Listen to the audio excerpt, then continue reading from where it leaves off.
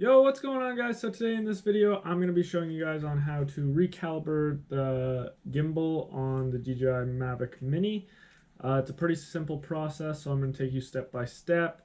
Yeah, let's do it. So once you're into the app, what you want to do is click on the three dots up in the right hand corner. You go over to Control, scroll down, hit the gimbal calibration, and you click auto, and now it will do its thing. It will take a little bit of time, and it will rotate and do its thing.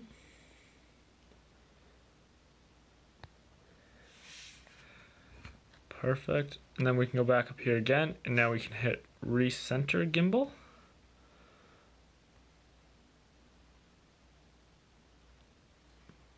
So now it's all reset, and it's perfectly straight again.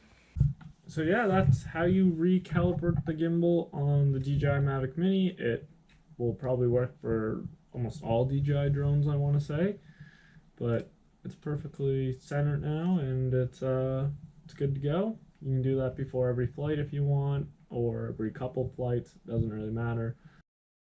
Thank you guys so much for watching. Please leave a like and subscribe for more. I'll see you in the next one.